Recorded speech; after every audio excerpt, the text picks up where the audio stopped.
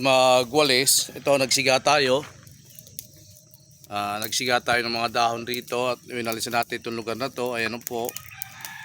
At malinis-linis na po ang ating manok. Naliligo. Lagay natin dito ang ginagawa nating kulungan na hindi pa tapos. Inayos muna natin. Ayan po. Pinagpalang umaga, kalayaan kabuhayan.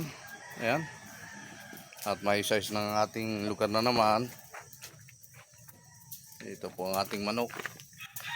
Naliligo na naman sa ano. Ayan po. Ayan, ito i-exam natin ito kung makakapasa sa pag-aaral niya. Ayan po.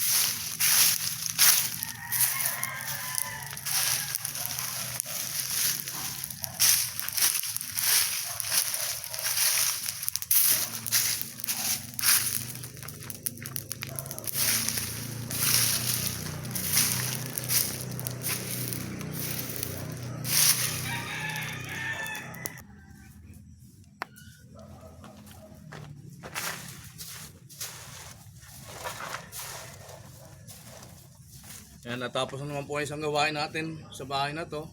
Napagpakain na tayo sa manok, napagwalis na tayo, tapagsiga pa. At tayo nagdadakot na natin tayo ng mga ating winalisan.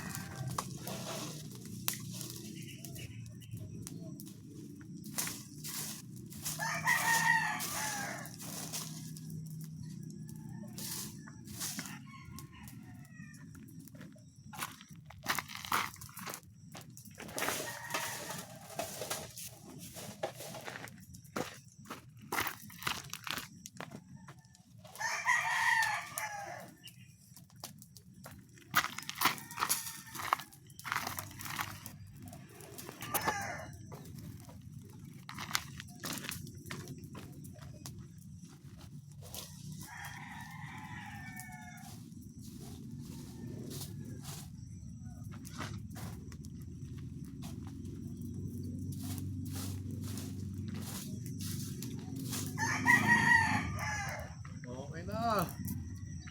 Pinagpalang umaga, kalayaan kabuhayan. Go go, let's go!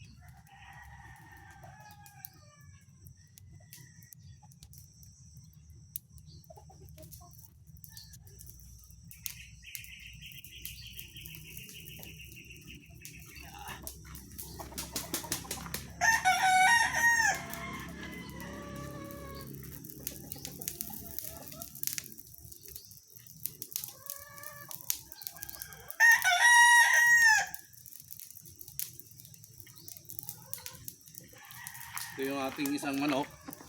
Susubukan natin ito i-enroll sa exam. Kung sasakali, makakalusot, maswerte. Yan po. Bata pa naman to, bata pa lang. Oh. Yan pa lang tayo to. Kaya yung tayo niya paket. Ito yung tayo niya paket. Tingimas sa umaga. Pakapakain sa mga manok. Kuntingi magwalis. Tapos kuntingi mas sa mga alagang manok. Ayan. pakapalipas, pakapaligo. Ano naman ang gagawin natin ibang trabaho? Siyempre hindi tayo mawawalan ng trabaho rito sa loob ng bahay.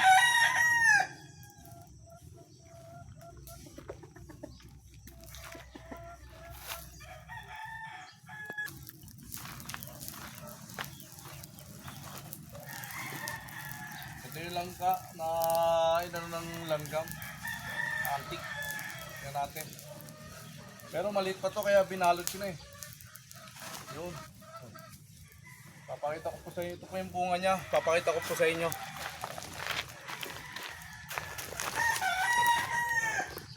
Kaya ako po siya binalutan ng sako agad. Maliit pa siya. Yan po. Oh. Nag-uumpisa na po siya. Yan oh. Yan. Binalutan ko agad para hindi ano yun ng antik na langgam. Para lumaki siya. Ano?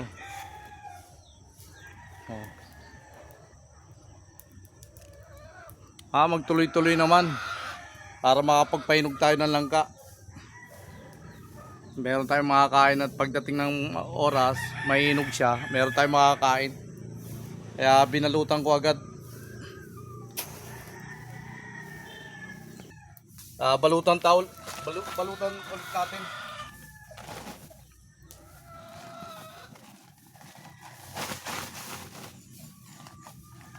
Para lumaki. Sama natin yung dahon at dahon po.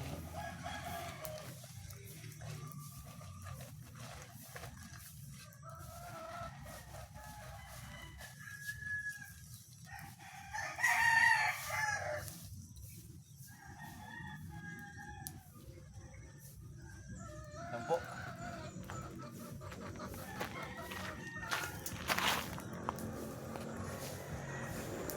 Ngayon na po ang siga natin, unti-unti na ubos.